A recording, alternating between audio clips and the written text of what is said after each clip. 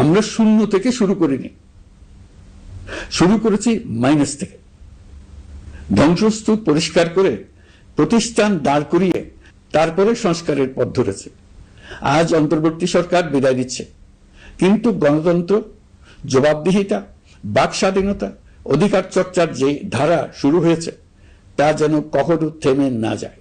আমরা রাষ্ট্রীয় দায়িত্ব ছেড়ে গেলেও নতুন বাংলাদেশ গড়ার সার্বিক দায়িত্ব আমার, আপনার, আমাদের সবার। আমাদের সকলের দায়িত্ব দেশকে সত্যিকারের গণতন্ত্র হিসেবে পরিস্ফুটিত করা। জুলাই গণঅভ্যুত্থান আমাদের জন্য এই দরজা খুলে দিয়েছে।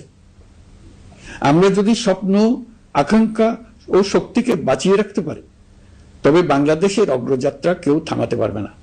এখন যাবার সময় স্বস্তি পাচ্ছি যে আমরা অবস্থার মোকাবেলা করতে পেরেছি এবং নতুন অর্থনীতির বুনিয়াদ রচনা করে রেখে যেতে পারছি। এখন আর পাওনাদাররা আমাদের তাড়া করতে আসবে না। আন্তর্জাতিক লেনদেনে আমরা চোখে অন্ধকার দেখব না। আমাদের রিজার্ভের পরিমাণ এখন $34 বিলিয়ন।